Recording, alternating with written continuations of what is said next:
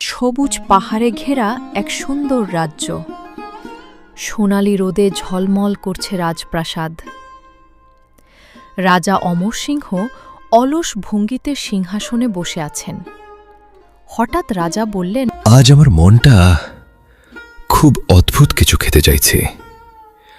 রাধুনীকে বলে দাও যেন আজ অন্য কিছু, একটু অন্য রকম রান্না হয় আমার জন্য। মন্ত্রী একটু চিন্তা করে বললেন, মহারাজ, কাল আমাদের রাজ্যের জঙ্গলে একটা খুব সুন্দর হরিণ দেখা গেছে। আপনি যদি অনুমতি দেন তাহলে সেই হরিণের মাংস আপনার জন্য প্রস্তুত করতে পারি। তাই নাকি? বাহ, এ তো খুব ভালো কথা মন্ত্রী। কতদিন হরিণের মাংস খাই না। উফ বাবা, হরিণের নাম শুনেই তো জিভে জল চলে এলো। রাজা আদেশ দিলেন, মন্ত্রী, এক্ষুনি জঙ্গলে সৈন্য পাঠাও। আজই সেই হরিণকে ধরে আনার ব্যবস্থা করো।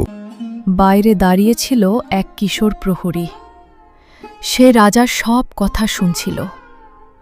কথাগুলি শোনার পর প্রহরীটির মন খুব খারাপ হয়ে গেল।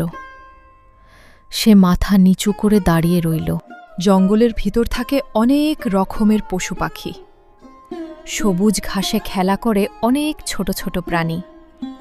সেই জঙ্গলের পাশ দিয়ে বয়ে যায় একটি সুন্দর নদী। সেই নদীর পাশে জল খাচ্ছিল একটা সুন্দর সোনালি রঙের হরিণ। হরিণটির চোখে কোনো ভয় নেই।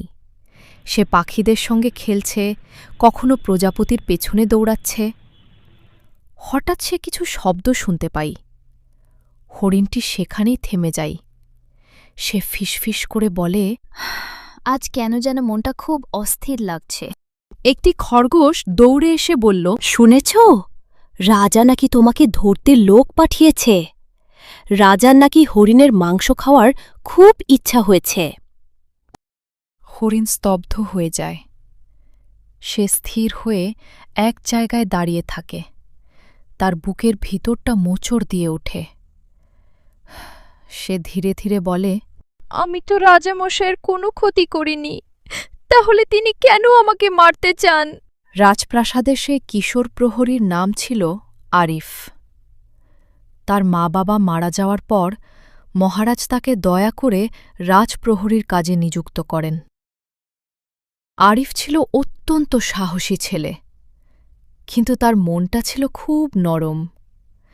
সে নিজের বন্ধুকে বলল, একটা নিরীহ প্রাণীকে শুধু ইচ্ছার জন্য মহারাজ মেরে ফেলবেন, এটা কি ঠিক? রাজার আদেশ অমান্য করা বিপজ্জনক। আরিফ, তুমিও ওনার আদেশ অমান্য করার ভুল করো না। আরিফ চুপ করে রইল। সে মনে মনে শুধু হরিণটার কথায় ভাবতে লাগল।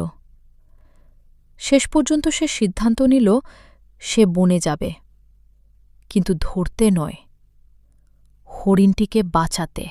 সিপাহীরা জঙ্গলে পৌঁছনোর আগেই আরিফ ধীরে ধীরে বনে ঢুকে পড়ে। অনেকক্ষণ খোঁজার পর হঠাৎ সে হরিণটাকে দেখতে পায়। হরিণ ভয় পেয়ে পিছিয়ে যায়। আরিফ কাছে এগিয়ে গিয়ে বলে, ভয় পেও না, আমি তোমাকে ধরতে আসিনি, বাঁচাতে এসেছি। হরিণ অবাক হয়ে তাকায়। আরিফ বলল, রাজা তোমাকে খুঁজছে, তাড়াতাড়ি এইখান থেকে পালিয়ে যাও। আমি কোথায় যাব? জঙ্গলের শেষে একটা গুহা আছে, তুমি সেইখানে চলে যাও। গুহার মধ্যে তুমি সুরক্ষিত থাকবে। হরিণ ধীরে ধীরে মাথা নেড়ে আরিফকে ধন্যবাদ জানাল। রাজসৈন্যরা বনে ঢুকে পড়েছে। সেনাপতি চেঁচিয়ে বলে, চারদিক ঘিরে ফেলো, কোনোভাবেই যেন আজ হরিণটি পালাতে না পারে। এখনই দৌড়াও। হরিণ ছুটে পালিয়ে যায়। আরিফ ইচ্ছে করে উল্টো দিকে দৌড়ে সৈন্যদের দৃষ্টি নিজের দিকে টেনে নেয়। ওই ছেলেটাকে ধরো। আরিফ দৌড়াতে দৌড়াতে ভাবে, হরিণটা যেন বেঁচে যায়। শেষ পর্যন্ত আরিফ ধরা পড়ে। তাকে রাজার সামনে রাজদরবারে নিয়ে যাওয়া হয়। তুমি হরিণটাকে পালাতে সাহায্য করলে কেন? মহারাজ, সে তো কোনো অপরাধ করেনি। সে শুধু বনে থাকে, অন্য প্রাণীদের সঙ্গে খেলাধুলা করে।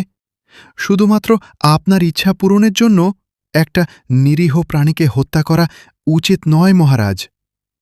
যদি আমি কোনো ভুল কিছু বলে থাকি আপনি আমায় ক্ষমা করে দিন। আপনি যা শাস্তি দেবেন আমি রাজি, কিন্তু ওকে মেরে ফেলবেন না। রাজার মুখ কঠিন হয়ে যায়। রাজা নিজের ভুল বুঝতে পারলেন। তিনি ধীরে ধীরে উঠে দাঁড়ান। আমি ছোটবেলায় বনে খেলতে গিয়ে হারিয়ে গেছিলাম, কিছুতেই পথ খুঁজে পাচ্ছিলাম না। সেই সময় একটা হরিণ আমাকে পথ দেখিয়েছিল। হয়তো আমি ভুলে গিয়েছিলাম, প্রাণীরাও আমাদের মতোই বাঁচতে চায়। আমি আদেশ দিচ্ছি, আজ থেকে বনের কোনো প্রাণী আর কেউ ধরবে না। তোমার তো দেখছি খুব সাহস, আমার সামনে দাঁড়িয়ে নির্ভয়ে সত্যি কথা বলছো। তোমার এই সাহস দেখে আমি খুব খুশি হয়েছি।